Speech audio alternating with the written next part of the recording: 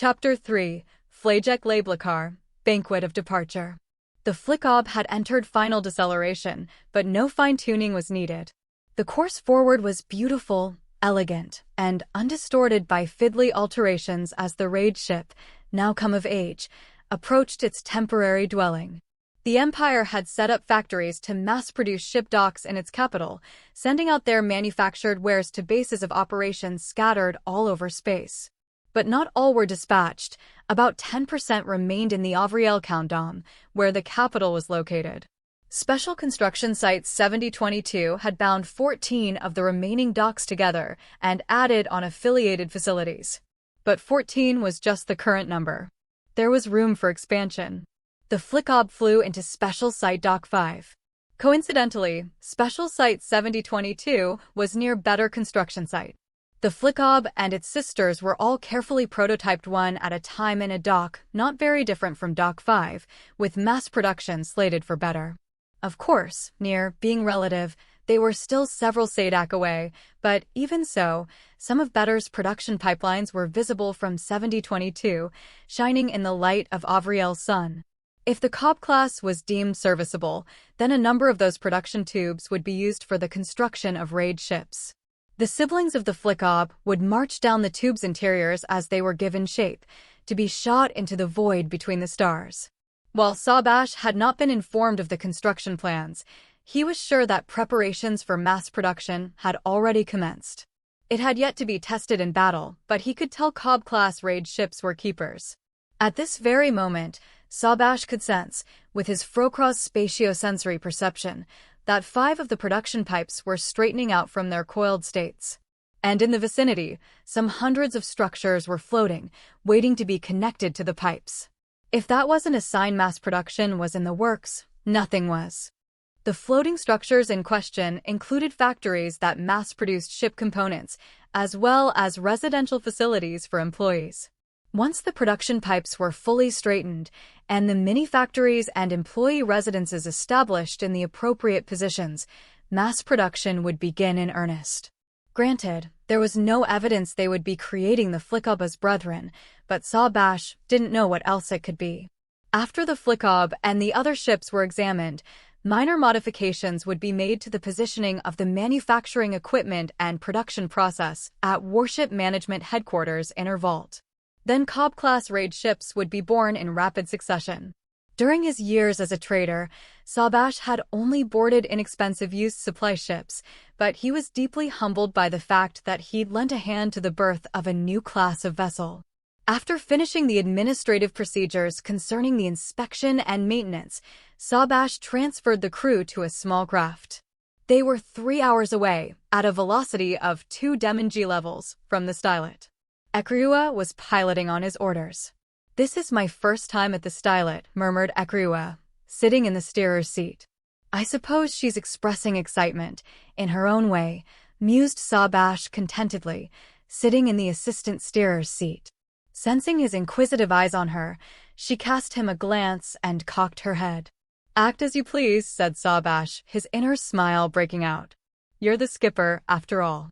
Ekriua nodded expressionlessly and took that as her cue. "This is your skipper speaking," she broadcast. "All hands, fasten your seatbelts and prepare for high acceleration." "Wait just 1 minute," Sabash nearly shouted. All of a small craft's passenger seats were perpendicular to the floor. When the vessel landed in a place with gravity control, the passengers could but remain standing. But once the ship started accelerating, the perceived direction of gravity would shift at once, making those upright seats into beds instead. That was when passengers could lie down and relax, with individuals' wrist gears providing entertainment for the board. Of course, going to the bathroom was a tricky proposition, since one would need to go up and down a passageway, but for the most part, a trip on a small craft was comfortable. But that described sailing at 2 Demon. In Star Force's lingo, high acceleration referred to velocities in excess of 8 Demon. Putting aside the bodily makeup of the OV, who were genetically engineered to withstand high acceleration, NCCs from land worlds often felt discomfort at even just 3 Demon. If they were to shift into high acceleration, they'd be unable to so much as raise their voices as they got pressed against their seats. The familiarization voyage had been hectic enough. It was simply common sense among the Star Force's star pilots to give the crew a pleasant 3-hour trip afterward. That's what Idlia would have done. Yet Ekryua was trying to reach their destination at velocities at the brink of what a human body could possibly endure. Ultimately, however, Sawbash said nothing. He'd appointed Ekryua the skipper. They had to follow her orders. She was a fully trained star pilot, so she'd make sure there were no casualties. If he felt things were getting overly dangerous, he did reserve the right to take back command. Sorry, everyone, Sawbash apologized to the NCCs. Unaware as to Sawbash's thoughts, Ekryua conversed with Space Traffic Control. Accordingly, the pier was depressurized and the lock gate opened. Requesting electromagnetic propulsion, she said. Oh, I'm sorry, Raid Ship Flickob Smallcraft, said the construction site's Space Traffic Control Center. There is no EM propulsion mechanism here. You're cleared for low-temperature jet propulsion. Roger that, Space Traffic Control. I thank you. Flickob Smallcraft ending transmission. There are those who made for capable star pilots, but not necessarily for competent commanders. And she might be one, thought Sawbash as he stared at her profile. But then he abstained from speaking ill of her, and she stared blankly back at him. As they stared at each other, Sawbash started feeling like he'd imagined that whole incident. We're taking off, she murmured, and she moved her control gauntlet-equipped left hand. The trip from hell had commenced.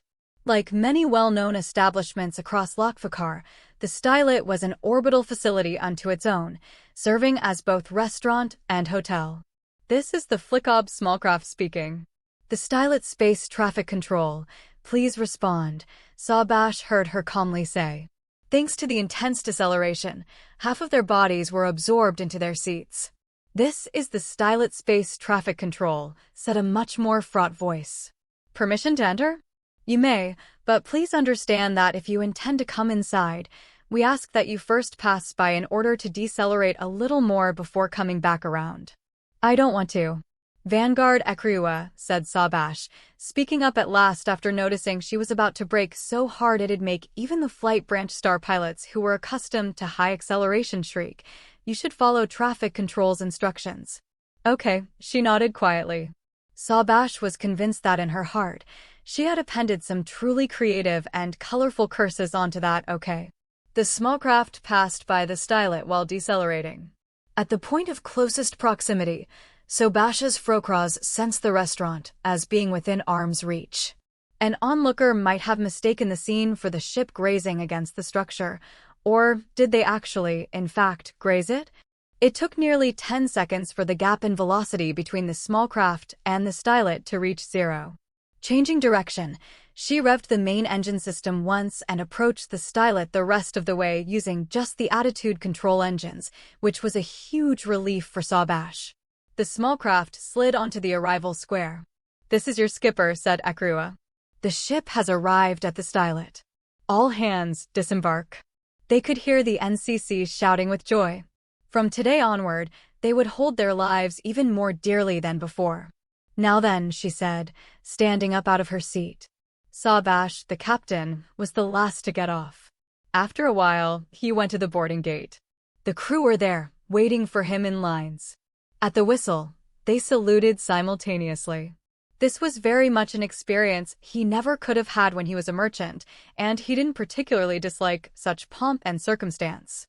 While he'd also joined the Star Forces when he was younger, his life after that was characterized by interpersonal relationships of a more casual flavor, so this was certainly fresh. He took his time descending the stairs. Below waited not only his crew, but also formal-wear Stylet staff. Welcome. This is the Flickob group, correct? That's right, Sawbash nodded. We're in your hands. We received your reservation from the command center of Trampleblitz Squadron 1. The banquet is tomorrow, so please, make yourselves at home today. Allow us to take you to your rooms. If you would, he said, looking back at his subordinates. You hear that? There's no work for anybody today. I'll be sending the schedule for tomorrow to your wrist gears later, so don't worry about a thing. Enjoy yourselves to the extent the law and military protocol allow. What ensued was cheering of explosive proportions. The entry time of each ship's crew had been set beforehand, and the Flickob was the last, so when Sawbash led the crew to the banquet hall, the crews of the other ships were already there, with only the command center personnel yet to arrive. He ordered Deca Commander Idlia to have the crew line up into 2 columns. Sawbash himself, of course, stood in front of them. The crews of the other ships were lined up in identical files. With a large gap in the center, the crews' respective sets of columns were face-to-face, 6 crews on one side and 6 on the other. The venue's gravity level was sent to 0.5 Demin, which was the carefully considered standard for standing banquets, meant to prevent foot swelling. The whistle sounded. Sawbash pulled out the command baton from his waist and held it in front of his face. This was a right permitted only to those who bore the reins of command. The majority of soldiers, who had no command batons, saluted as normal. Commandant Ados Raiwa walked out in front, leading her staff officers. She stepped onto the platform at the farthest point from the door and about-faced. The soldiers dropped their salutes at her turning around. "Sorry for the wait," she said. "Ben, Taislor. Everyone, take your cups." Mobile tables with the cups appeared on each side of each crew's columns and began moving from the back of the line to the front. Finally, the mobile table came by Sawbash, and he glanced at it. Various drinks had been prepared for them, because every individual had their preferences, and some did not drink alcohol at all, like Grinchia. Sawbash chose the sparkling rice wine. The Uv believed that particular beverage to be indispensable to celebrations, and Sawbash was no exception. As for the drinks container, it was made of bamboo genetically modified to be made into cups, feeling sticky to the touch. "None of you are yet official members of Trampleblitz Squadron 1, said Kilo Commander Ados Raiwa, though not before making sure everyone had their drinks. "At present, the only official members are the command center soldiers. That being said, Trampleblitz Squadron 1 will eventually be formed via each of your ships. Squadron 1 has nothing to boast of, but that's not shocking considering it hasn't been born yet. In any case, I unfortunately can't tell you to be proud of getting into my squadron. We must build a foundation of which we can be proud. After a series of exercises, our squadron will probably be dismantled, with each ship dispersed to a new, different squadron. Every one of you is expected to serve as a cornerstone of the Trampleblitz squadrons to come. Then you can hold your heads up high and tell your subordinates, your colleagues, even your superiors, welcome to our squadron. Here's hoping that greeting someone to a Trampleblitz squadron becomes synonymous with sharing in glory." She held up her bamboo cup. "And though I know this is a wish that can't come true, I hope that when the Empire snatches victory, every single person here gathers again to talk and reminisce about the days they earned bounteous glory in battle." Taiskos. With that call to toast, they cheered in response and partook. "All right, everybody, please enjoy yourselves. There's only 2 rules, no saluting or bowing, and no playing with your food. I can't stand it when people play with their food. It's indecent. Outside of that, I'm permitting you to let loose a little. You can lick your plates, and you can even shake hands with cats." At the snap of her fingers, even more mobile tables, this time with both food and drink, entered the venue. The soldiers broke rank and grouped around the cuisine on offer. Sawbash viewed it all out of the corners of his eyes as he took up a fresh new cup. The banquet would last long enough, so the food wouldn't be going anywhere. Right now, what he needed to secure instead was conversation partners. "Nice to meet you," he said, raising his cup to a close-by female ship commander. "I'm Vice Hecto Commander Sawbash of the Flickob." "I'm Vice Hecto Commander Serboth, ship commander of the Limcob," she said, smiling as a formality. "How is your ship?" he asked, deciding to go with a safe topic. It handled amazingly smoothly. The only defect was with the water drainage system.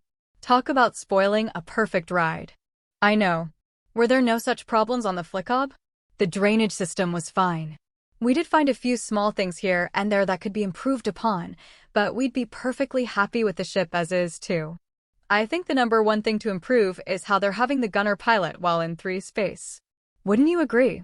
Would you rather have the captain pilot as with assault ships?" "Right," she nodded. "In the heat of battle, having the ship commander give orders while the gunner moves the ship strikes me as too circuitous. The ship commander piloting the ship directly would be more efficient. I would counter by saying that there's no correlation between one's piloting skills and one's aptitude as a commander. Wouldn't it be difficult to apply both skills at once? We need to be doing both.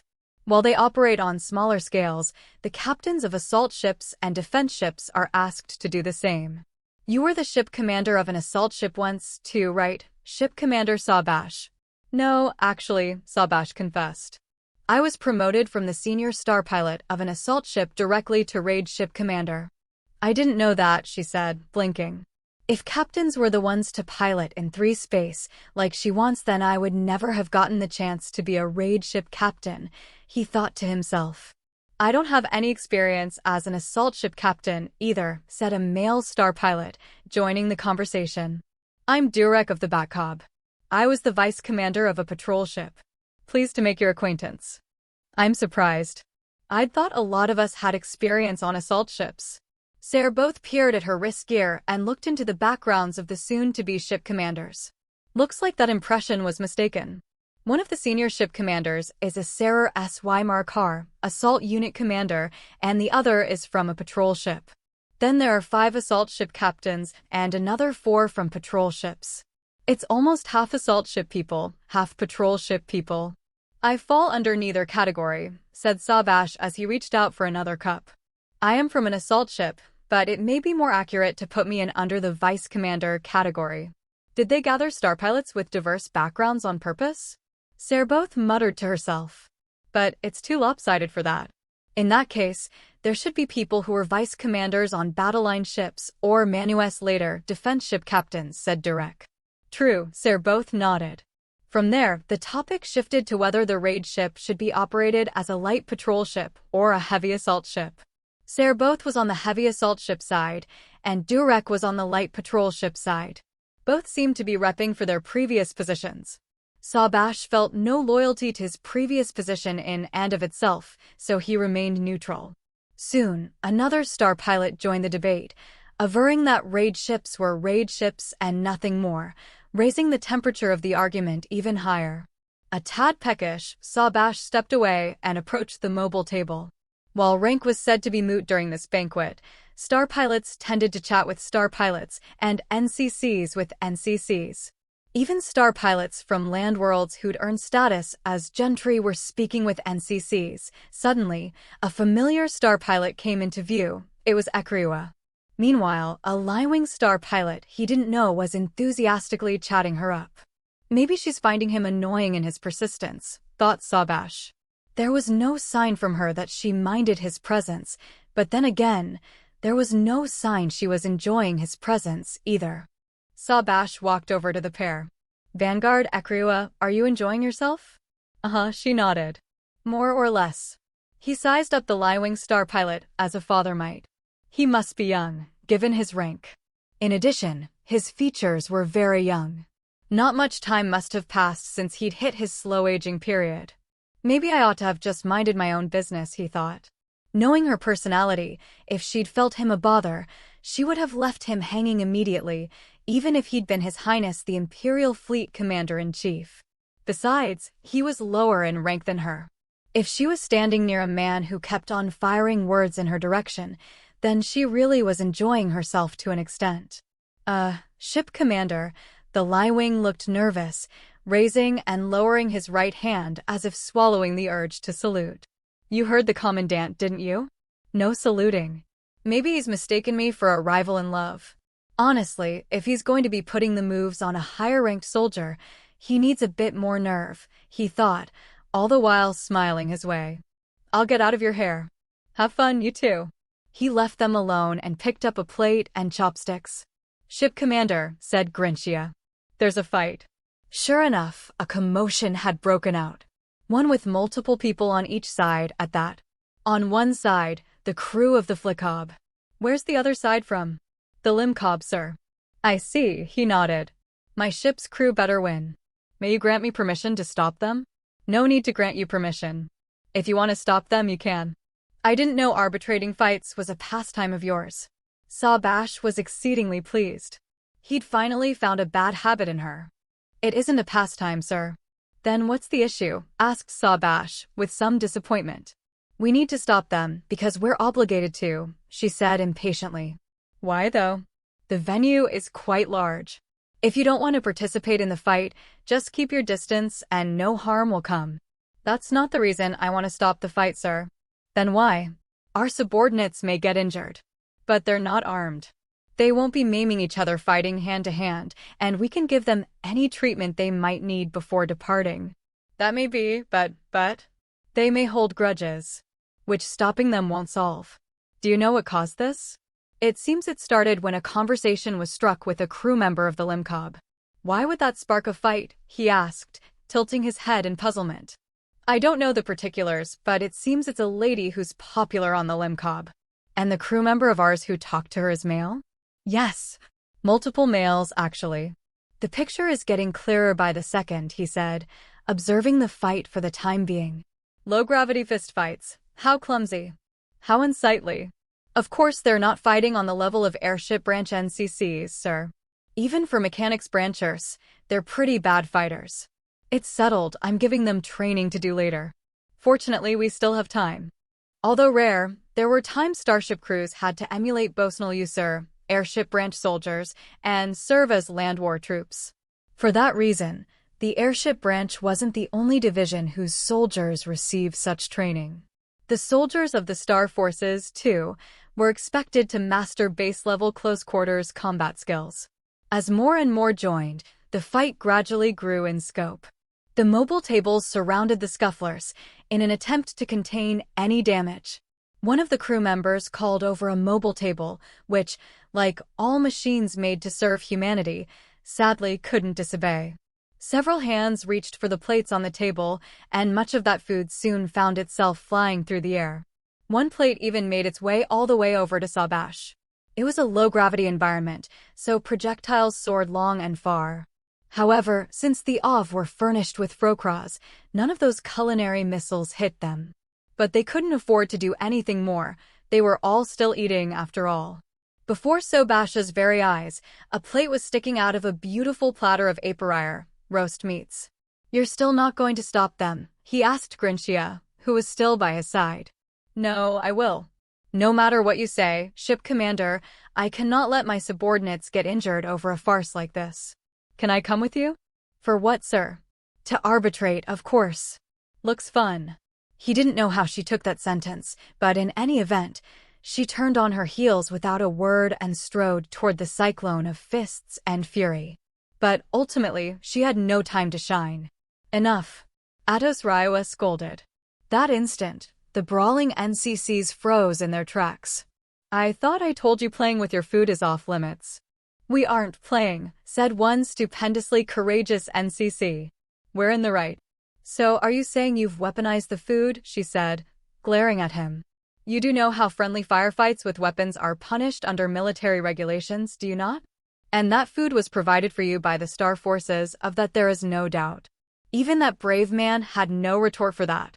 If he was found to have brandished a weapon against a fellow soldier, then he'd be spending years brawling with mud and dirt on a freshly terraformed land world. Then it's not a weapon? That's good to hear. If I was forced to invite guard NCCs to this hall, I would be very disappointed. Now, back to the topic at hand. Making your food into a plaything as opposed to a weapon is not a military violation, but do be careful. I'm sorry I'm pushing my pet peeve on you, but I have that right. If you doubt I'll do anything about it, I suggest you press your luck. If you play with your food, I will hold you in insubordination. Hey, you, do you mean to break another of my rules? She said, spotting some of them saluting stiff as boards with her eagle eyes. You understand, I trust? Now then, you may continue. Not a one of them resumed fighting.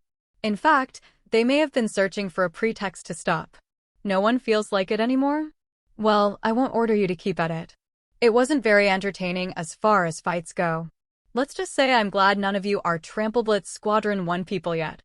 I'd hate to have to enter a brawl this limp into the records of our squadron as its first ever throwdown. Don't forget what I said the next time this happens, got it? After that, a peaceful, relaxed air wafted over the venue. Sabash stared as Grinchia walked away from him toward their subordinates in large strides. He could practically see the anger rising from her back like a shimmering heat haze. He didn't know whether she was angry at their men for having started that stupid fight or at the commandant for stealing her thunder. Either way, she pushed into the throng and began counting the injured with remarkable self-control. Thankfully, the fighting hadn't been that serious, and no one from either ship needed treatment.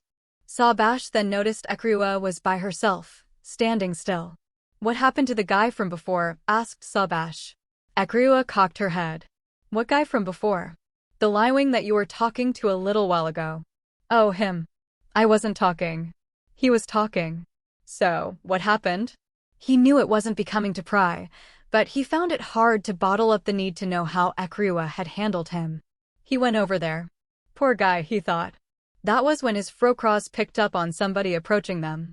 When he turned to look, there was Ados Raiwa, cup in hand. "Great timing. I've been meaning to talk to you guys," she said. "With us, the former crew of the Bossroar? Right?" Ados Raiwa nodded.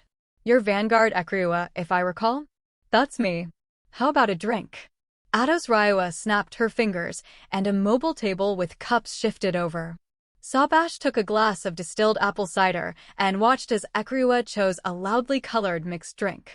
"Might you be telling us that it was no coincidence we became your subordinates, Commandant? For starters. And at the same time, you'll come to know how we'll probably be in each other's company for a long time." "I did entertain the notion, ma'am, but you were probably right to do so. That said, I hope and expect that train of thought to have veered from the beaten path. That way, it'll serve as a topic of conversation down the road." "I'm afraid I'm not imaginative enough to meet those expectations, ma'am," Sabash smiled wryly. "That's a pity. Oh well, let me in on your thought process anyway. I surmised Her Highness the Royal Princess had something to do with it. You're on the money so far. And if you'd been off the mark from the first sentence, I'd have been disappointed, no matter how entertainingly wildly you'd swerved. In fact, I'd feel like reconsidering how long we'd last in each other's company." "Now, how exactly do you think she was involved?" "Fee Lartner is currently taking a break, but she'll be returning to the Star Forces eventually. She is an Avriel, after all. Those born in the Avriel clan can't keep away from an active battlefield for too long. And would it not be our duty, then, to provide her with a place to return to?" "You could put it that way," she nodded lightly. "Though I wouldn't use that phrasing." "How would you put it, ma'am?" "We're her chosen." "Favoritism," said Ekriwa, with Ekriwa-like brevity. "Now that's straightforward," said Ados Raiwa with admiration. "That's right. So we're being treated with undue favoritism?" "No, Fee Lartner is." "I see." Sabash was beginning to understand now. The imperial family was forced to vie for the throne. Each individual born with royal blood was so obligated. And what the empire sought most in an emperor was an aptitude for military leadership. As such, young Avriels competed with each other for the path to the throne through Star Forces positions. Whichever Avriel in a given generation made it to the rank of Imperial Admiral first would be crowned the next emperor. The imperial family and its members were demanded, during the course of this generational competition, to burnish their skills as commanders while also eventually selecting a top-caliber commander-general.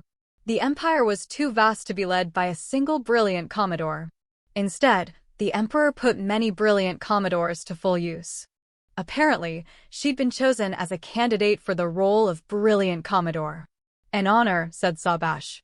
"You're a good egg," said Ados Raiwa, impressed. "You don't think it's an honor, Commandant?" "Well, a little," she acknowledged. "What do you think?" she asked Ekriwa. Ekriwa scanned the venue. "Is Captain Avriel the only one being shown favoritism?" "So you noticed," she replied, surprised. "While there aren't any Imperials in my squadron, all of the commanders have some connection to the Imperial family. So it's not just a place for Fee Lartner specifically," said Sabash. "Right. No one knows yet how useful Trampleblitz's squadrons will be. If they end up being the principal force of the Star Forces, then Imperials will be stationed in them one after the other. Needless to say, by that time there will be more than one such squadron. At the moment, we're testing these so-called raid ships. And once the test phase is over," Ados Raiwa gulped down her glass, "we'll be the ones made into test tools, with the Imperials as examinees." That doesn't sound all that pleasant, certainly. In more gloomy news, well, gloomy for me is that, going by her rank, Her Highness won't be made into a Reichsexaber Sauber, Squadron Commandant, just like that. She'll probably be the ship commander of a newly made ship first. In other words, I'll be Her Highness's superior. You've been her superior before, ma'am. Surely you're used to it. Being the superior of a candidate for emperor is exhausting. I'm more than happy having it done just once in my life. I'd much rather be her subordinate, said Ados Raiwa, brushing her hair up. Of course, she'll be outstripping me in rank soon enough either way. And if she doesn't, then Phi Bearparion was never going to become empress anyway. I think they promote imperials any faster than they promote gentry, ma'am. Oh no, the promotion criteria won't change. Or at least, as far as I know, they won't. But the Avriel clan knows how to make excellent soldiers. That may be, but you're far from talentless yourself, Commandant, said Sabash, and he meant it. There was no doubt in his mind that Trampleblitz Squadron 1 would be an indispensable asset to the Star Forces. Too indispensable to be leaving in the hands of a third-rate commander, no matter her connection to the royal princess. Thank you. She smiled lightly, the smile of a woman who knew he wasn't just flattering her. That said, if she's only as competent as I am, she'd make for a feeble empress, especially since the Empire's at war right now. Even if Phi Lartner were to become heiress to the throne, she would accede only after the Crown Prince does. So, are you saying the war will be over by then? I don't think that idea is too off the beaten path. I guess it is possible. But the chances are high the war will still be on. Distressingly high, I'd say. I hate to think how I might not ever be able to live out my days in peace in my capital manor in Lokvakar before I die, Ados Raiwa lamented. There may come a time when having ever known an age of peace will be a huge privilege. I've never really known one, said Ekriwa, taking the two aback. The way she saw it, the war had basically started by the time she'd reached adulthood. As of now, she had spent most of her life outside of wartime, but the day would come where she felt like the greater half of her life was caught up in unquiet strife. That was, if she lived to see that day. Well, Vanguard Ekriwa, said Ados Raiwa, her smile not abating, peace is a tedious affair. At the end of the day, Weavs are a strange and incorrigible race given to war, and who yearn for the blood and plasma of the battlefield. Looking back, I feel like before the war, half of me was asleep. And now, I feel like my whole body's not only awake, but fuller than ever. But you know, the tedium of peacetime can be fun in its own way. As long as neither of you falls in battle, you won't be dying of age by the time the war ends, who knows how many decades, or even dozens of decades from now. Once it's over, come hang out at my place. I'll teach you how to have fun during peacetime. Okay, said Ekriwa, looking down and blushing. The future's going to be littered with children who have never known peace, said Ados Raiwa as she scanned the venue. If we survive, I'll hold a truly lavish banquet. I don't mind if I borrow enough to leave my descendants in debt for 10,000 years. It's going to be a fate to remember. And I'll be teaching the kids who have only ever known war how to indulge in the joys of boredom. That sounds like cause to get up in the morning, said Sabash. It is.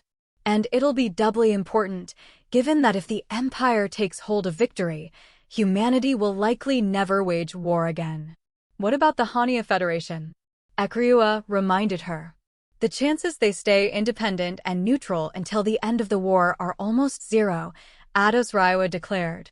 Either the Three Nations Alliance goes back to being the Four Nations Alliance, or they capitulate without fighting. Even if, hypothetically speaking, they do remain neutral, they could never hope to compete with the Empire after it's annexed the territories of the Three Nations. One way or the other, the age of boredom will come. And while I won't say it'll last until the end of the universe, we might just have to weather 100 million years, making some non-war-related fun for ourselves.